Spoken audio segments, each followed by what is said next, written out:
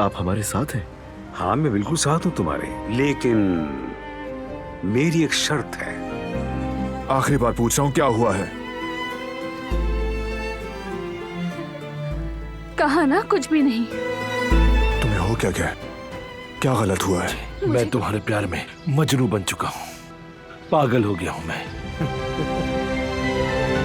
तुम सब जान चुकी हो दिलान, अब बहुत हो गया। तुम पढ़कर जिंदगी बेहतर करना चाहती थी शूले, अम्मी को बचाना चाहती थी, खुश रहना चाहती थी। एक नई शुरुआत करने का मौका मिला था तुम्हें। बारान को ढूंढ रही हो तो उसे हरगिज न ढूंढना। सर आपके नए घर के बारे में फैसला करने गया है। दिलान, ये सिर्फ और सिर्फ तुम्हें परेशान करने के लिए ऐसा कह रही हैं। नहीं, ये सच नहीं हो सकता। वो कहानियाँ अधूरी जो न हो सकेगी पूरी, उन्हें मैं भी क्यों सुनाऊं, उन्हें तुम भी क्यों सुनाओ।